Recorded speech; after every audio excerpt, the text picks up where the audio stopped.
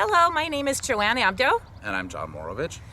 Today, John and I are going to Anacortes, Washington. We will meet our good friend, John Lovrich, who was born and raised in Anacortes. He still resides there with his family.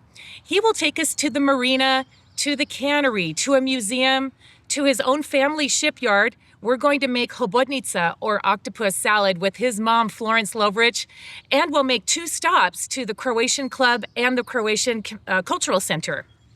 If you look behind us, that's Puget Sound. And Puget Sound is the home of the majority of Croatians who live here in Western Washington. And these small fishing villages were formed in the late 1800s, and shortly thereafter, Croatians settled these areas for the fishing, logging, and we still live here. And so for those of you who have never been to Washington State, who are watching from all over the globe, we want to show you a little bit about Puget Sound region and our Croatian communities. We're going to go to Anacortes, as Joanne said, which is named after Anne Curtis Bowman.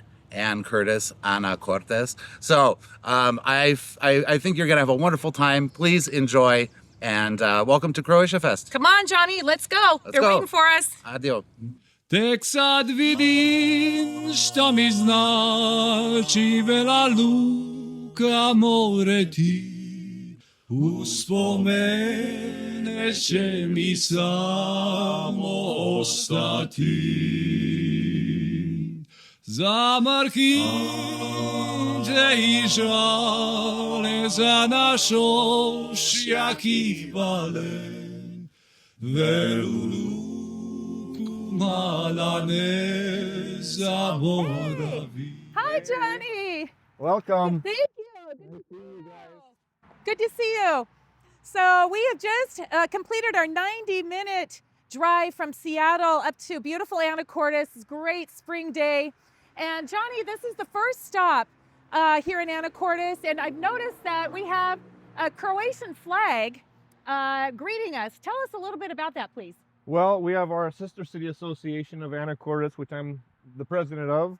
I've been the president since around 2012 or 2013. And Vela Luka is our 4th sister city that we established in 2004. Well, John, where is our first stop today? Where are we heading off to now? After this, we're going to go down to the Cap Santi Marina, the biggest marina in Anacortes, which is also owned by the port. And we're going to go to the Seafarers Memorial. There's a lot of Croatian fishermen who are on that memorial, and also Our Lady of the Sea statue. And we'll go look at some of the people and fishermen who have, lost their lives and trying to feed their families here. So. All right. Well, let's hop in your car. You're driving. Well, Johnny, nice to have you guys back in town again. Nice to be in Anacortes, actually on a sunny day. Usually when I come up here, it's raining. Yeah. So Although the weather's always nicer in Anacortes as it is in Seattle. It is. Half the rainfall. Well, I wanted to show you guys the Seafarers Memorial here, because if you weren't aware, there's a lot of our fellow Croatians that have names on here. As you can see, dating back to 1916, John Babarovic. The Babarovics were actually one of the first Croatian families here in Anacortes in the late 1800s, 1880s, 1890s. And you'll go down the list here. These are all men who, lost their lives on their boats. Obviously, there's been lots of fishermen, but only these guys, died in some way at sea. Well, I want to show you guys this memorial as well, separate from the Fishermen's Memorial. It's basically a dedication for all of the fishermen and the mother and her child waiting for the fishermen to come back. But also why it's meaningful to us is that our fellow Croatian, Reza Barovic, here on the plaque, was the one who really came up with this concept of having this statue done. And so we're now going to head down to the North Shore waterfront, where most of the canneries were back in the day. There were actually as many as 11 canneries at one time on the Guimas Channel. But we're going to go to the old site where Fisherman's Packing Company used to be, which was predominantly a Croatian-owned company and one of the biggest, if not the biggest, cannery in the world at that time. So here we are at the location of where Fisherman's Packing Company was. Right now there's a waterfront park here, but there's still an active waterfront. To our left here is Trident Seafoods. Actually, you can see there's currently boats tied there. And here there's some remnants of the old pier, and we'll talk a little bit more about this when we get outside. So here we are on the Guimas Channel. This is the north shore of Hidalgo Island in Anacortes, and we're roughly in the space that Fisherman Packing Company consumed. You know, I read it was at the end of O Avenue, which is just a block to our right here, but it really took up a big area. Here you can still see remnants of some of the old piers when, you know, at one point we had up as many as 11 canneries here on the Guimas Channel. A lot of them changed names over the years. Whitney Fidalgo was one. Currently, Trident Seafoods is just to our left, and actually they're still a big employer here in Anacortes. They have 200 or 300 people that actually work there. So we still have activity happening on the waterfront, not like in the heyday, but yeah, here is where Fishpack Cannery was, and that was the cannery that was established in 1928 in Everett actually, and they outgrew that facility in 1938, and so they moved it up here to Anacortes, and it was pretty much exclusively Croatian-owned cannery. It was the largest cannery in the United States, if not in the world at that time. It was a co-op, though, of all of the Croatian fishermen. They all bought in shares, right, for Fishpack. They're mostly purse seiners. A little bit later, they started allowing the gillnet fishermen in there. But yeah, it was just the biggest thing. It was just a great thing for the community and for the fishermen. There was a lot of pride in it, and you know, the locals here, you know, who were in charge of it, they just they welcomed everybody. They gave everybody jobs, really. Well, they were able to set their own prices for the fish too, and they had common insurance too, which was a benefit because a lot of the bigger fish corporations wouldn't insure them and were giving them not so great prices. So John Plansich was the president, really ensured that these fishermen got a fair price and were taken care of, because in the early days they didn't have insurance and they didn't have any guarantee of the price per pound. So he really ensured that. He was very well respected in the Croatian community for what he did for the fishermen. So I want to take you guys a little bit around the waterfront, past these canneries here. Take you past where my dad actually built his first boat and where he was living back in the 60s. And then we're going to circle around and we're going to go down to the main drag, Commercial Avenue, where we have actually the oldest marine hardware store on the West Coast, Marine Supply. So let's get going. Okay, so we're going to go up the main drag here. We're basically starting at the waterfront, 2nd Street. 1st Street is actually called Railroad Avenue. The train actually used to go right through here, right through this shipyard, and all the way out to Washington Park, which is on the westerly point of the island. Actually, at one point, they thought that Anacortes was going to become the New York of the West Coast because it was so booming back in the day. You know, even in the late 1800s, of course, Seattle wasn't much bigger than Anacortes at that time. So lots of things have changed over the years here. But yeah, this hardware store here, you know, we've come to buy things over the years. It almost seems more of a tourist destination now with all the little trinkets and things, but you know, it's over 100 years old, and these are, you know, some of the first buildings that were here in Anacortes, where the sidewalks used to be wood and the streets used to be dirt. Yeah. So yeah, I wanted to show you. Every once in a while, you see these murals around town, and there was a man, his name was Bill Mitchell, a real historian at Anacortes. He passed away about a year ago or two. He's made over 100 murals, but what's important about the murals is that they are people that made an impact on Anacortes, or people who were known for what they did. And he would write in here, who their name was, or sometimes there would be a plaque next to it, and he would get donations from the family members to produce these signs. And so you'll see these all around town. Some of them we'll find some Croatians. You'll find former mayors. So this is a big deal around Anacortes for people to come here and look on the map, and let's go see where all those 100 murals are. Oh yeah, so up here we're coming up to the Watermark Book Company, the bookstore, which has Ray Fadich's book, The Big Run. I don't think we'll be able to go in there today, but that book and several other Croatian fishing themed books are in that store. Ovako, počisti se ruke. And we'll just check it out and we'll come back. Yeah. Welcome. Oh, that was cool. Look at what we found.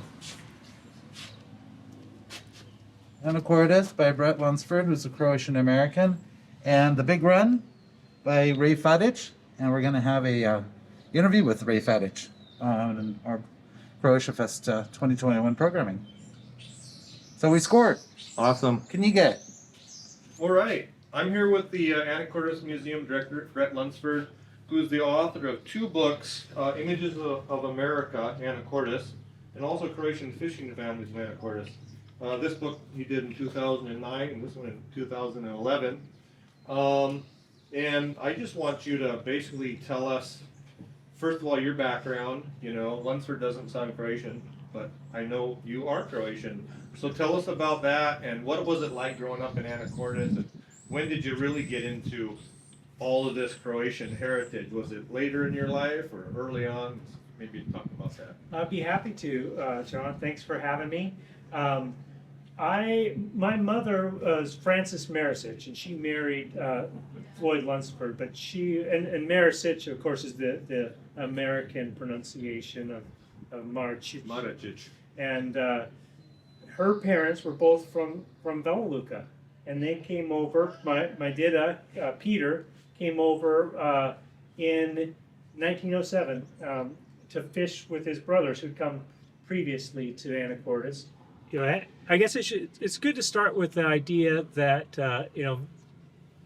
the Croatians were one of many immigrant groups that came here and attracted for various reasons. That it's the homeland here of the Samish Indian nation and the other Coast Salish tribes from this area, and who'd been fishing salmon and living here since time immemorial. And that was the salmon that attracted the industry and my particular family here.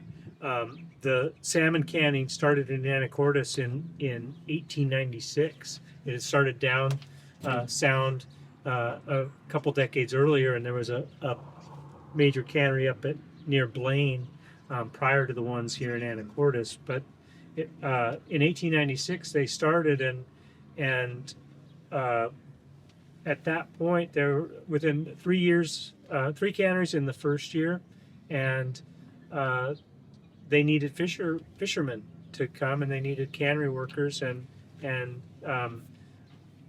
that was what brought a lot of the fishermen from who'd immigrated from Croatia to come here.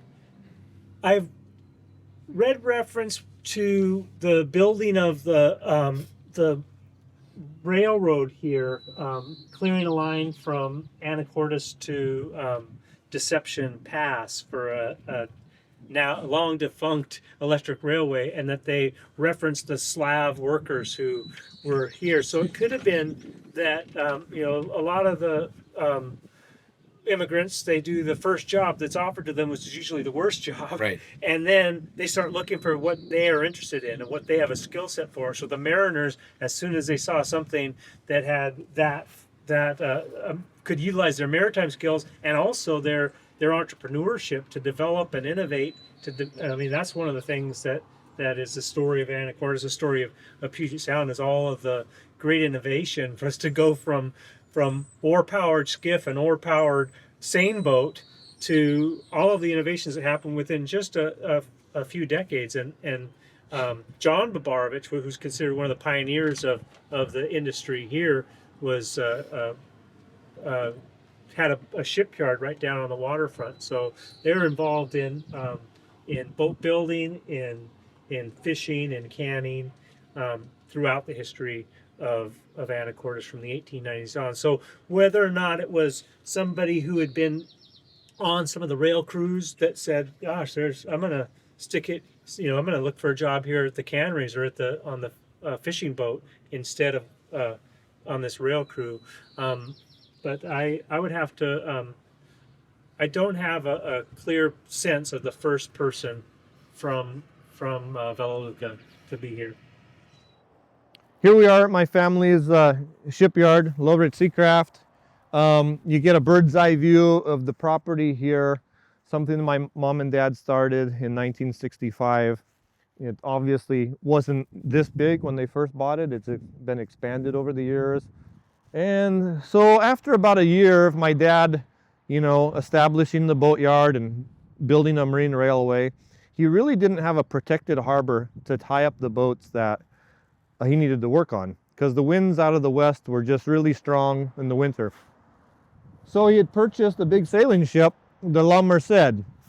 It's a 232-foot sailing ship. It was one of the last floating canneries in Alaska. It was originally built in 1917 in Benicia, California, and as a lumber schooner. But later on in life, it worked as a floating cannery for Peter Pan Seafoods, and Nick Bez, or Bez Molinovic, his Croatian name, owned that until he sold it to a scrap guy about a year or two before my dad bought it. So getting to the purchase of the boat was that how can I make a breakwater in a quick time where I can get protection from the boats, and I think my dad, being in World War II, he saw a lot of breakwaters done this way using ships and things. So he really found the way to repurpose things. So he got all of these required permits and permission by the city and the Army Corps of Engineers and Fish and Wildlife and all these agencies. And he dug a little channel at low tide as the water was out. And then at high tide, he floated it in.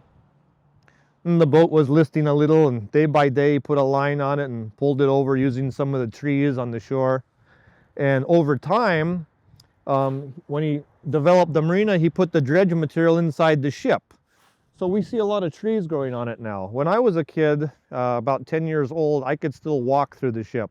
And it had all the fish ladders and chutes and the mezzanine and all the cabins. And unfortunately, I have no photos of the inside, which I don't know why.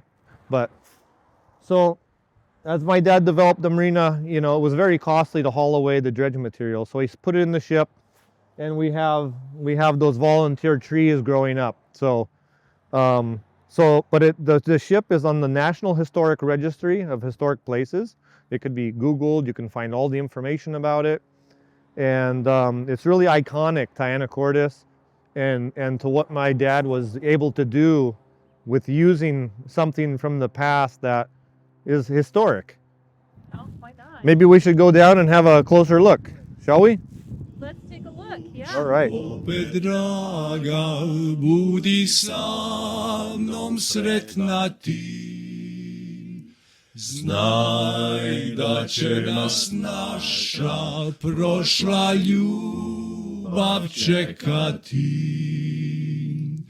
Kad ja vidim modro more I zelene borove, zakantat ću ovu pismu za tebe. Here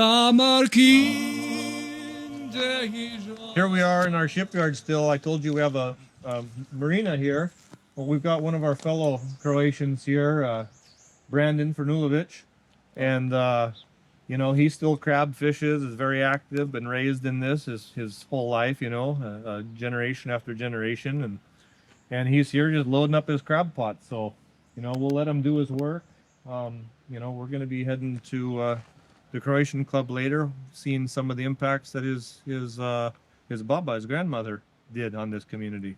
So we don't want to keep you from working. You don't want me to turn Croatian. Where are you gonna take these pots? These will go out to the house and the shop, and then the larger ones I'll get geared up for the coast. Take those down and fish out of Westport. What kind of crabs are these? Dungeness S crab ones. Yep. Thank you guys. Don't want to Yeah. turn Croatian, I already said it. Thank you Yeah, guys. Brandon, nice to see you, buddy. Yeah, hope to see you. So we're just heading from the shipyard up the hill to my mom's house, which overlooks the shipyard.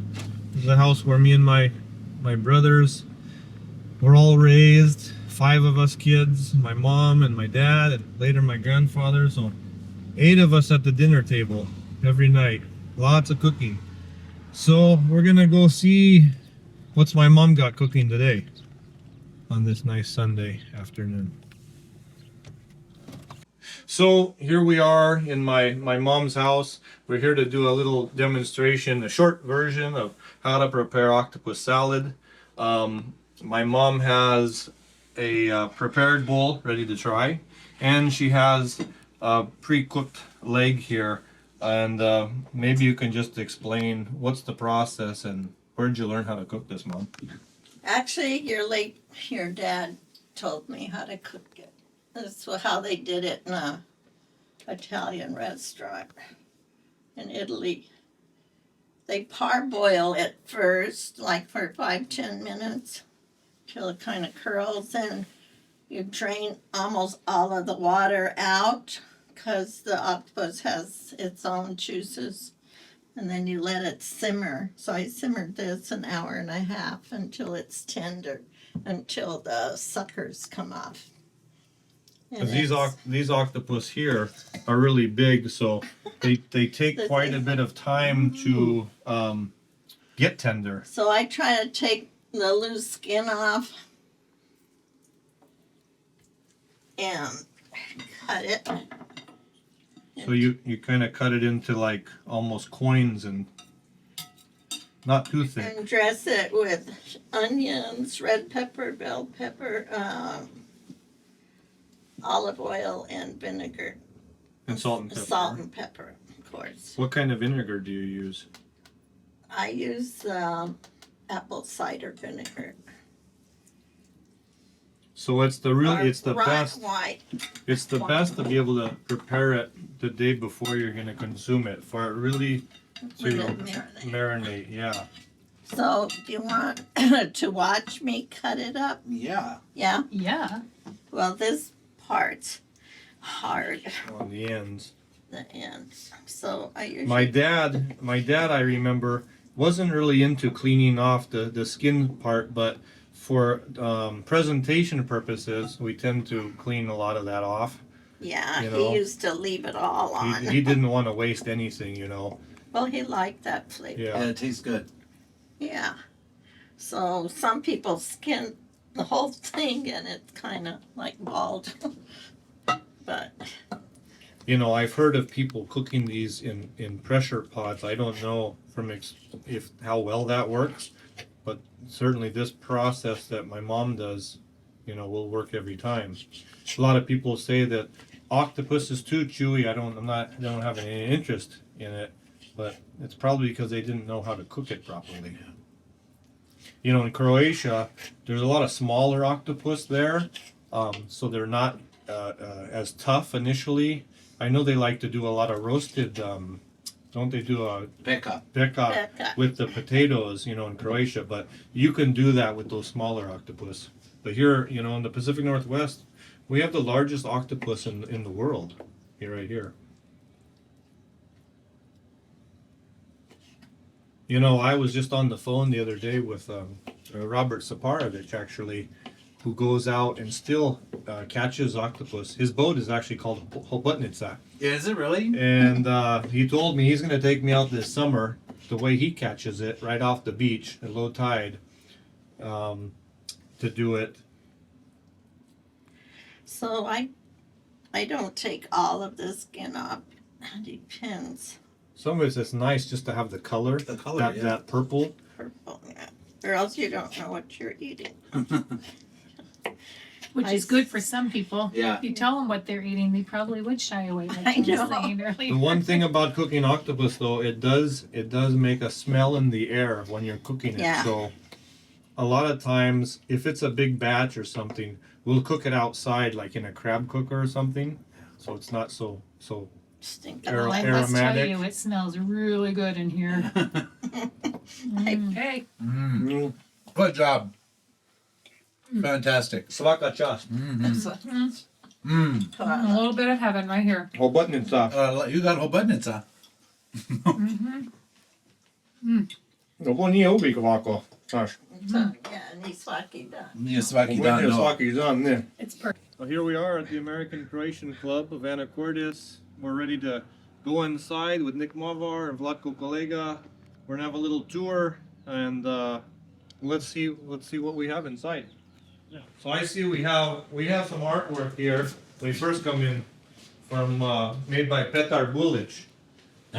He was a sculptor in Vancouver. In Vancouver, In Vancouver, okay. yes, he did all of these. I think. So I think there's 7 different pieces, and these were paid for by Tonči Safranovic's parents. Is Parents, that right? They donated. They donated. They donated to the club. So some of these are Croatian art, and some of it are art from Anacortes history. That's the first Croatian king, So Tomislav. here's King Tomislav, Yes. Yes. 925. He came 925.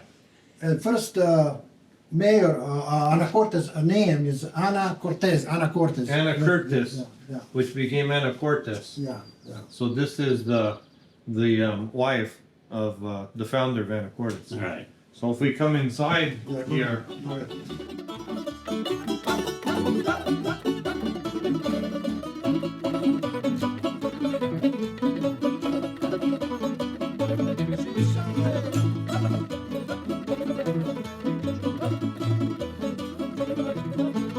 Ovo vođa Marko Rosa, nema brka ispod nosa, naljevo mu šeće para, a na desno tikla pa, curo moje gorava, ale si mi varava, kola vodi poskakuješ, a na drugu danji goješ, ale se naljutio, a ja i ne stane. To Croatia, I was born in Dugi Otok, actually Berbin.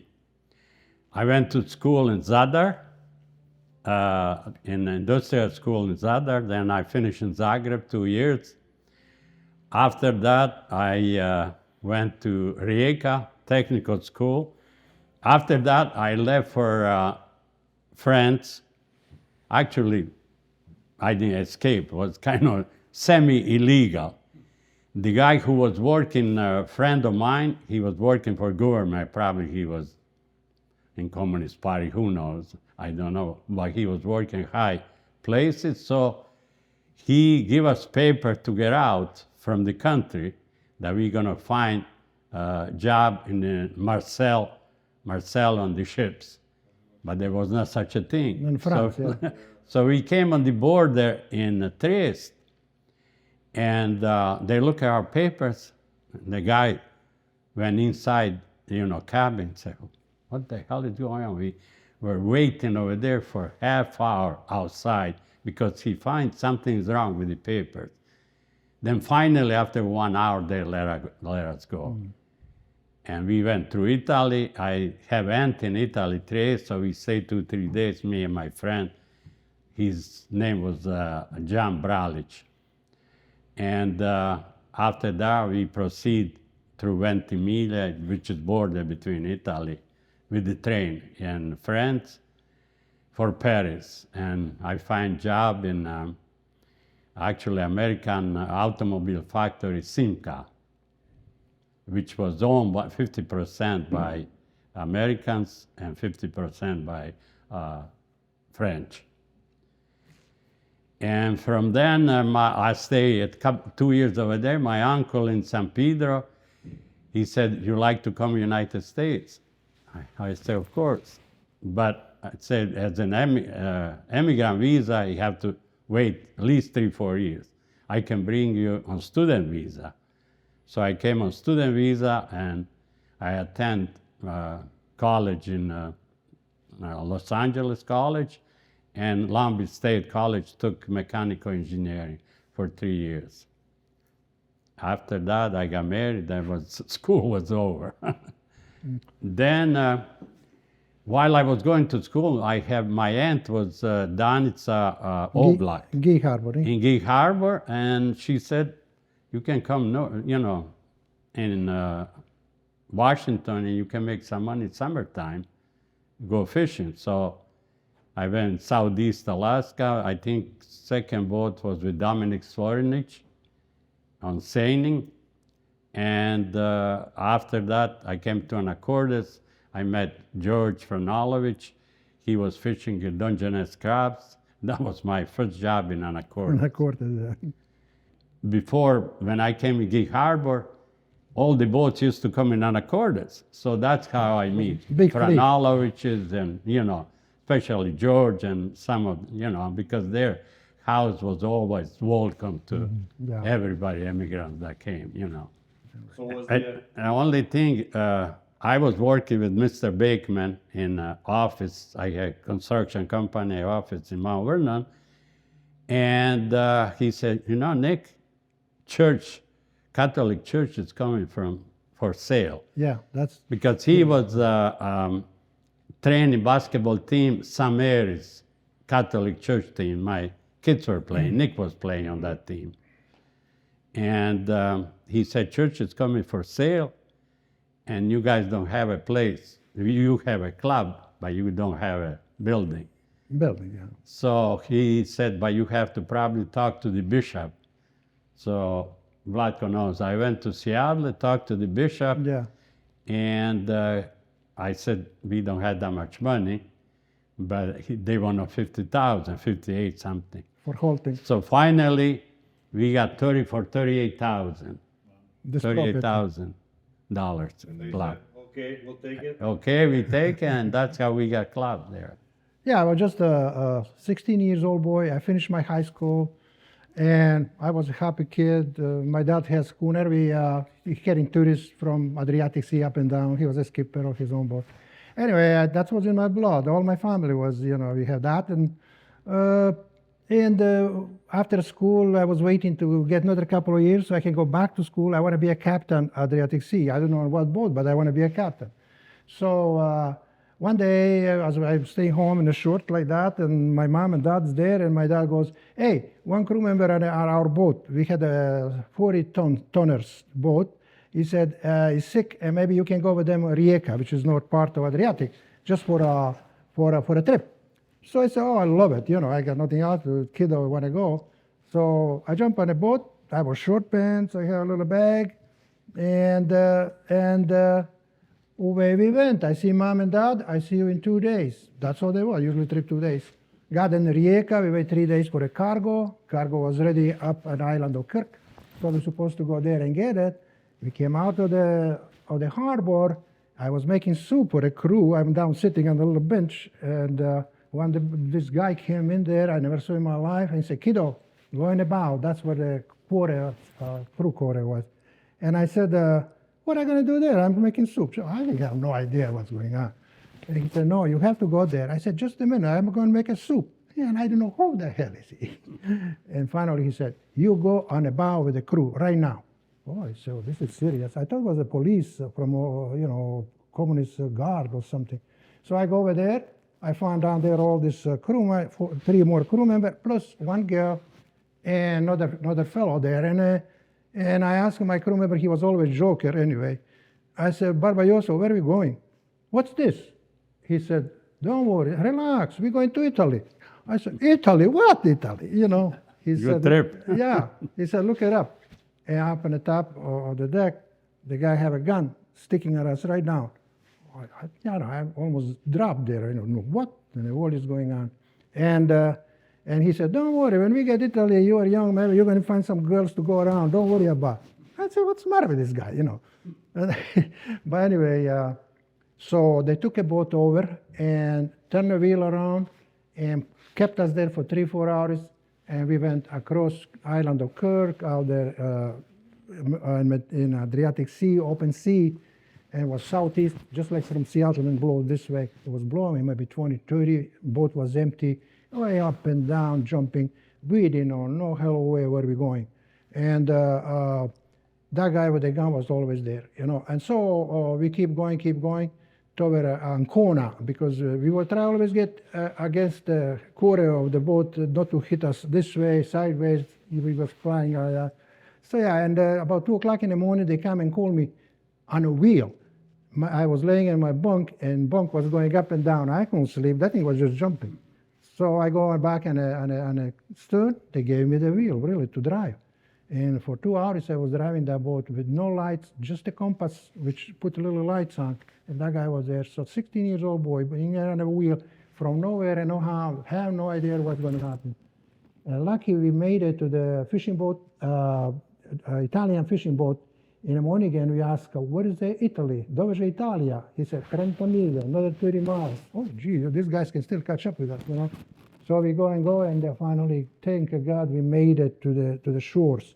And we went in the slough inside, and there were people all over looking on us. I said, what the heck? This is like some kind of people know that we're coming or something. The fishing boat called police. Police tell those Italians around, bingo. Next thing all these guys coming out there. So we get there, and finally police came aboard. Normally they're going to do that, see who we are, what we want.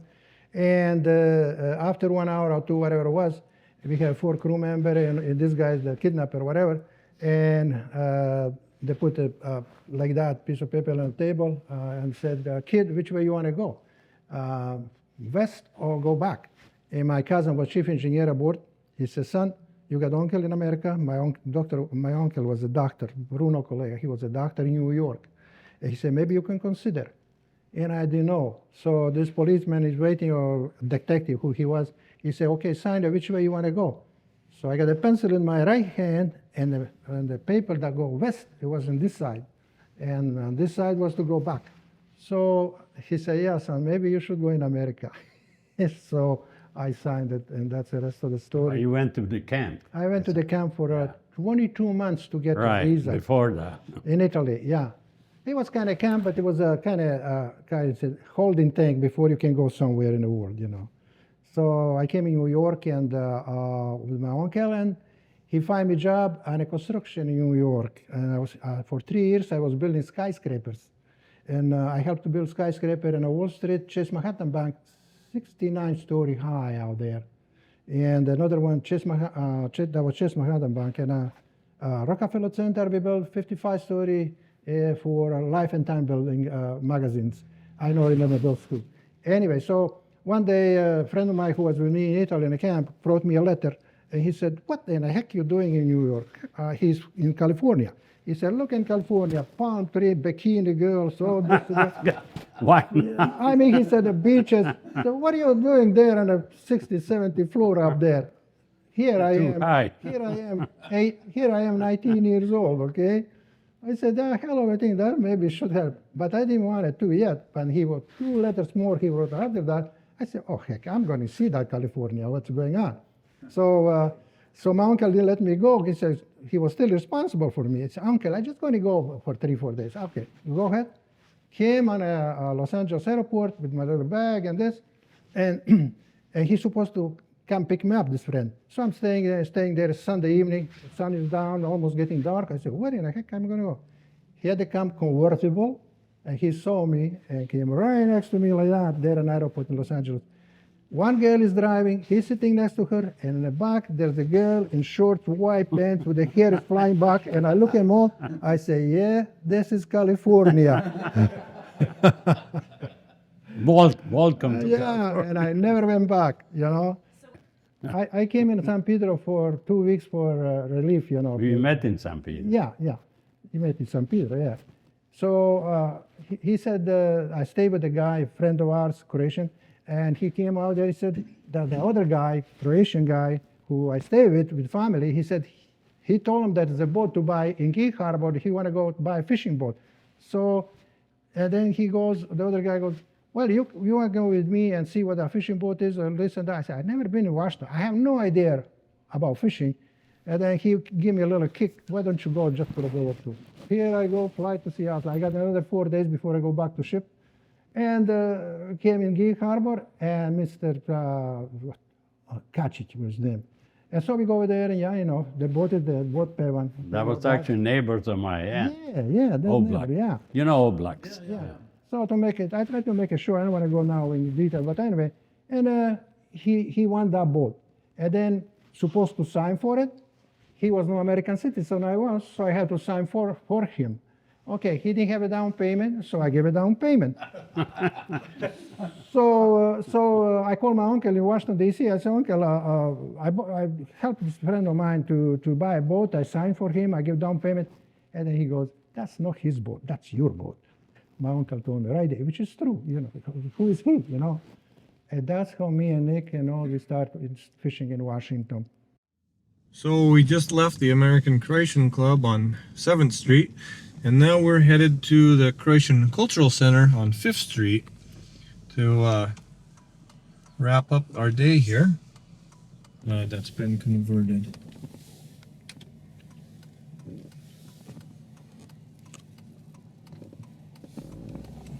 So we're here at the Croatian Cultural Center in Anacortes on 5th and R.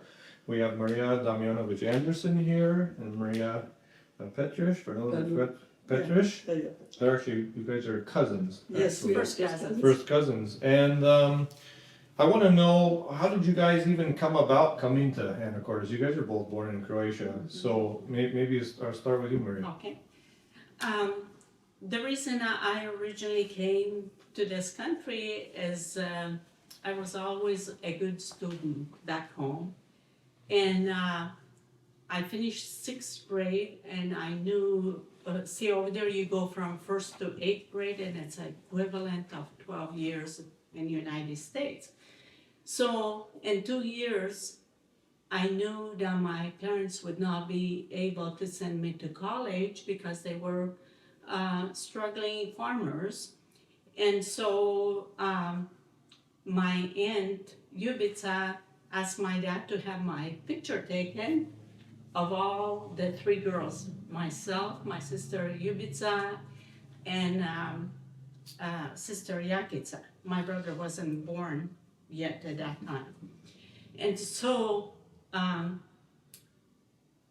Uncle Bob, when he saw the picture of us 3 girls, he says, this is the one I want, meaning me.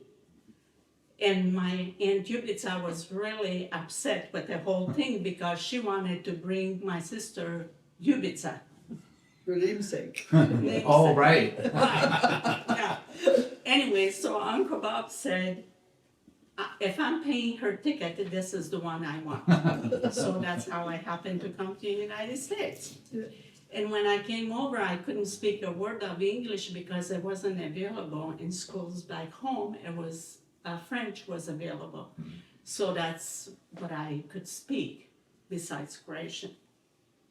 And so I went to special services for 3 months and had a wonderful teacher, and she would, each day she would give me a piece of paper with pictures on it, and then the word would be underneath it, and then she would test me the next day. And when I started my 7th grade here at Central School, that was middle school then, and I just, the principal says, we'll see how she does since she doesn't speak English, and in 3 months, if she doesn't do well, we'll put her back in her 6th grade, otherwise we'll keep her in 7th grade. So there was no need to keep me back, so I just went to the grade school and was on an honor roll all the time. And actually, Nick and Maria got married a month after I came to this country, and I was part of the wedding. Yes, You know, she I was. was in a wedding. Yeah, she was. And I when made the- her dress. Yeah, and when John and Alma got married the following year, wasn't it? I was one of the Bridesmaids. Right. Well, they took you in like right Yeah. away Yeah. as family, yeah. Uh-huh. And you didn't know these people. No, I didn't. Yeah. But I got along with everybody, I think. Oh, gosh. Yeah, and Family. then Yes, that way. Johnny, after your mom and dad were married and you were little children, I used to be your babysitter. You know, for all of you. And Nick Mavor's family and this gentleman that just passed away, Jerry Fernalovich. I only babysat for his kids one evening, and they were really late. It was New Year's Eve. And so when it was time to pay me, he asked how much I charge per hour, and I said 25 cents.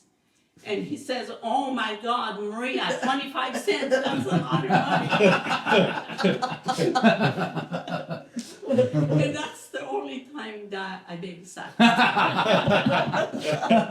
I'm glad you stood your ground. Because I used to babysit for, John Dragovich and his family, and all the Croatians. Yeah.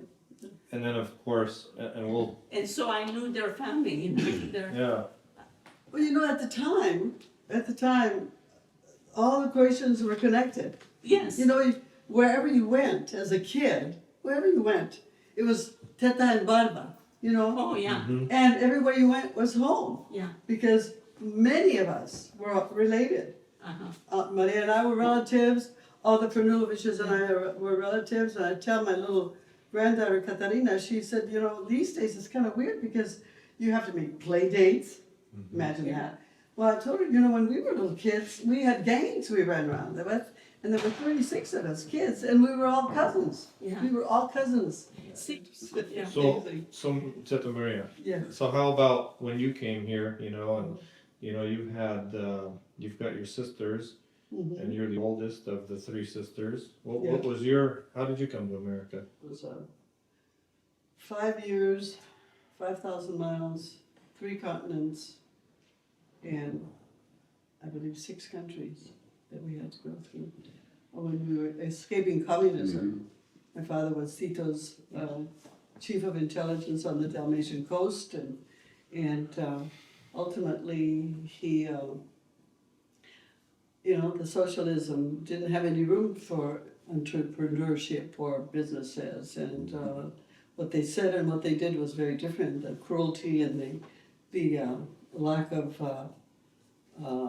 human sympathy was just beyond what he could tolerate. So ultimately, he thought, there's no room for me here. But still, he was a great officer. He worked with the United States with a frogmen, which is today's Navy SEALs.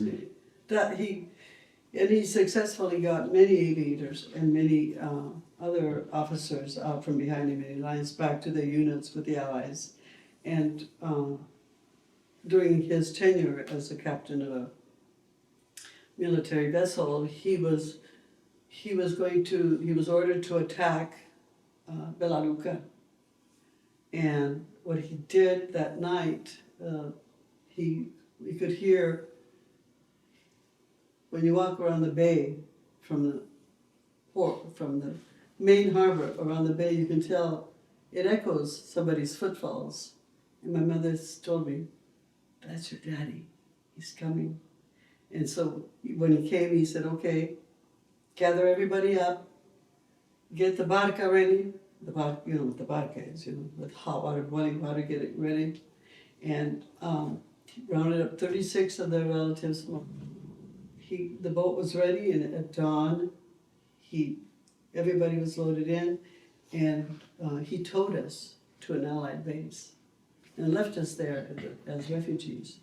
And then he went back to the battle, and then we went by hospital ship with other refugees to Italy, to Ancona. And in Ancona, in various other refugee places, it's pretty base human contact. And there was starvation. All the kids were sick. There was whooping cough. There was malaria. There was diphtheria, smallpox. You name it. It was rampant. And my mother worked in the hospital there, taking care of the children. Every day I watched my little friends die next to me. And finally my little brother contracted an illness and he died. And so word was sent to my father. He asked Tito for leave to go see his family, and it was granted. And he came to Italy, and it was there that they decided that there was Dad wasn't going to go back. And so we went to, I think it was 13 different refugee camps. Some of them hostile, some of them friendly, all of them just really difficult. And finally we were able to find, because during the time that after my dad, asked the Allies for asylum, they granted us asylum. He had defected, but Tito, sent his assassins after him. So we had to keep hopscotching to these various camps, and ultimately we found safety in the Royal Yugoslav camp because my father had been in the Royal Navy. That's where his loyalties were with the king, the kingdom, in spite of the fact that he had, very early on, it had capitulated, but still, he had thought for a while that he might be able to return to the Royal Navy, and the Americans and British said, forget about it, that's not a viable option. So, well, we were in Italy. My dad, somehow, I have to tell you this, it's just unbelievable. My grandmother had come to the United States in 1938. She came to see Rudolph, cousin, my great uncle, her brother-in-law, to visit, and the war broke out, and she couldn't go back. So she stayed here, and a widow. She was 48 years old, and she married John Prismich, who had a cannery up in Ketchikan. And so every summer they would go to Alaska. And of course my parents sent a letter to Maria Prismich in Anacortes, Washington. Well, you can get somebody's letter to a village in Croatia and Dalmatia and Yugoslavia, right, at the time. Yeah. But you don't send a letter to Anacortes, Washington without a number on the house. Okay? Well, the woman that handled that letter at New York knew my grandma. And it took her a year to find her. And she got that letter to my grandma. And then my grandmother started the processes for getting us to the United States. But,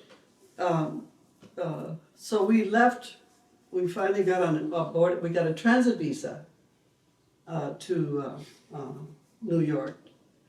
And mother contracted typhoid in Italy. We got her to the visa, and my dad almost carried her aboard the ship because the Italian doctor said, you gotta get her on that ship because if they find out that you're ill, they will not allow you on board the vessel. So they got her on the vessel. And the ship was called the Rosia. Okay, so it had a Russian name and a Russian crew, but it was a German ship that had been captured. Okay, and our hair was standing because we were surrounded by Russians. Here we are fleeing communism. So anyway, it was about an 8-day trip across the Atlantic in a typhoon, and interesting happenings aboard the vessel. It was every night propaganda movies about the greatness of communism, and which I managed to somehow get out of and creep on the vessel and explore as a little kid. But ultimately we got to New York Harbor under a quarantine flag, and my mother was removed from us, put on a little tug and taken to Ellis Island to the hospital. We followed her, and so we were on Ellis Island for 3 months. And until Mother got well. She had, not only did she have typhoid, but she had malaria at the same time. So that's why our transit visa expired.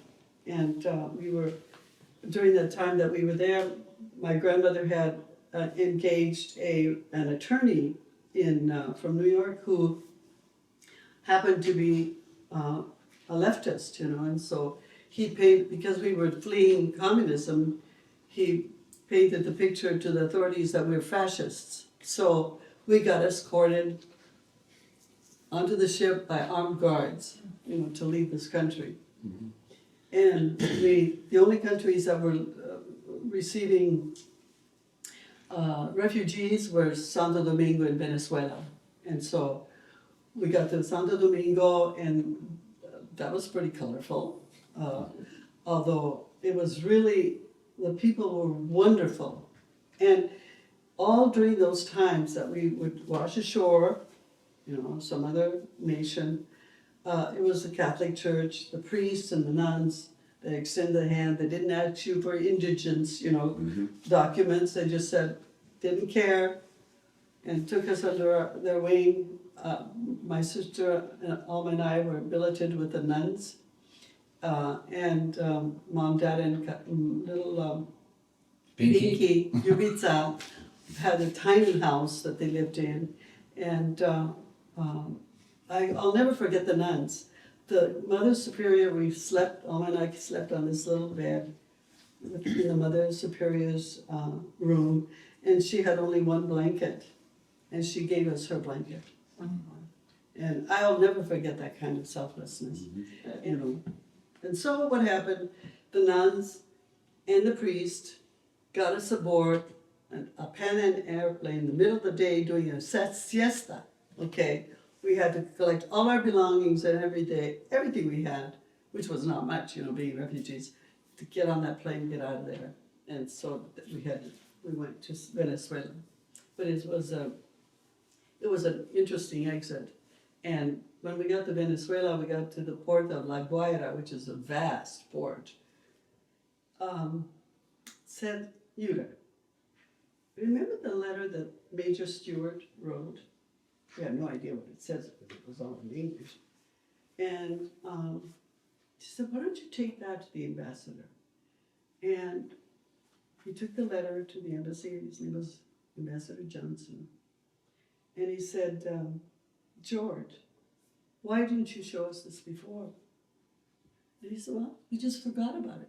Of course, Mother had a great way of keeping all the stuff, like during the war, when they would go to checkpoints. She was pregnant, right? So she had big boobs, so she died the big revolver on this little shelf on her tummy, under her boobs, so nobody ever searched her. And really special documents. She was the keeper of the documents. So anyway, Mom gave him he took that letter and he said, George, why didn't you show this to us? He said, I forgot it. We simply forgot about it. So he said, we got a letter from President Truman that said, you will be in this country within this month. And man, we had to skedaddle, We had to go to the nuns. That's where we went to school and get all our records, say our goodbyes. And we were in the United States that month, and we got here. Really, that quickly? That quick. That's how fast it was. And it was in April of 1949. I celebrated my 9th birthday here in August. And it was really interesting when we came to New York Harbor. The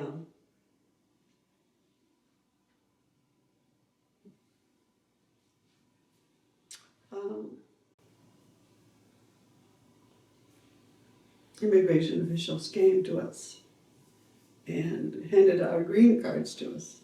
He said, you are free. You can go anywhere you want in the United States.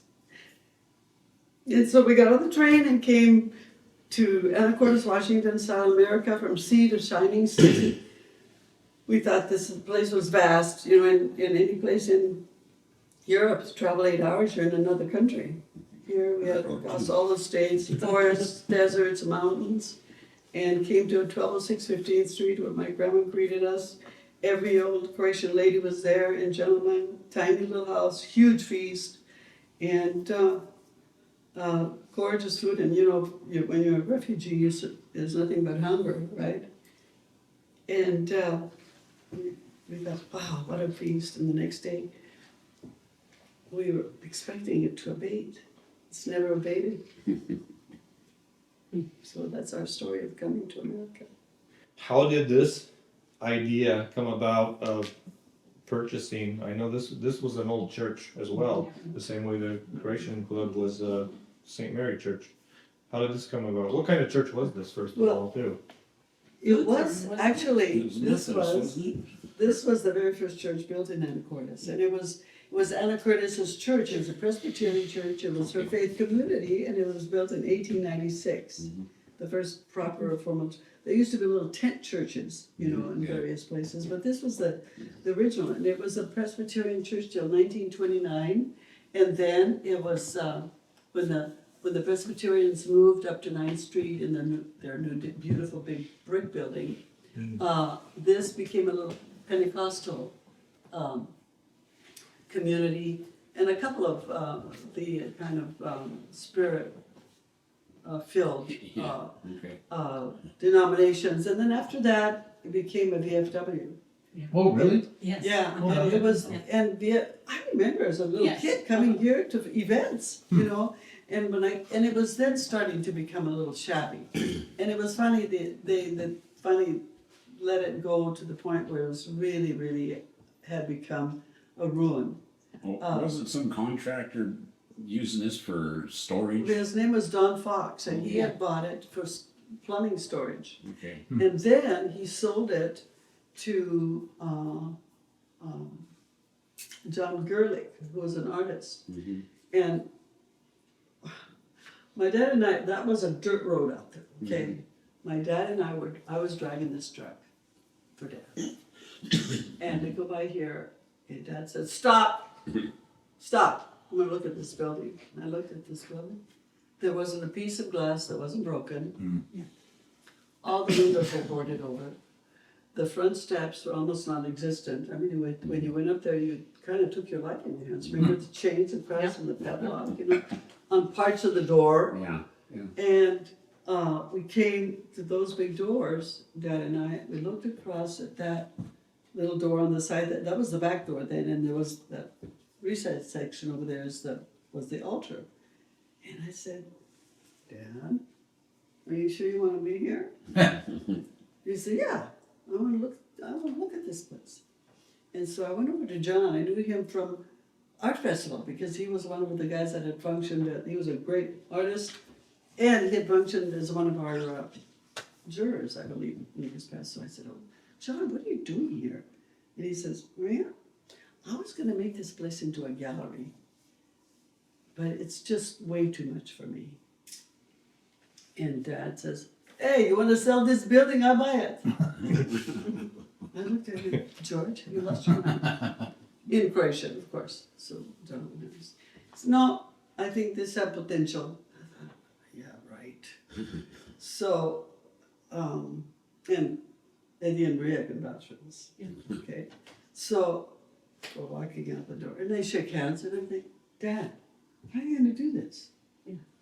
How much do you want for? He says, how much do you want for this building? And he said, $10,000. So George, being the silver-tongued orator that he was, convinced Maria and Ed. Well, he convinced her first. She Convinced me. And, This is what and he we went do. to his wife, Baba, Maria, had to convince her, and then had to convince not me, but Nick. And so it became the Three Marias partnership. Here we are at Camp Santa Viewpoint, our final stop of the day. On behalf of Croatia Fest, we'd like to thank you for joining us. And we'd like to thank all of our participants, especially John Lovridge, who's taken us around Anacortes, and all of those who were kind enough to interview with us today. And those include Brett Lunsford, Nicola Mavar, Vlatko Kolega, Florence Lovridge, Maria Petric, Maria and Ed Anderson, Michael Petric, and Ante Petric. And thank you so much for joining us today. We hope that we've brought you a little bit of Washington State, a little bit of Puget Sound, and our Croatian heritage. Hvala najljepša. 말하네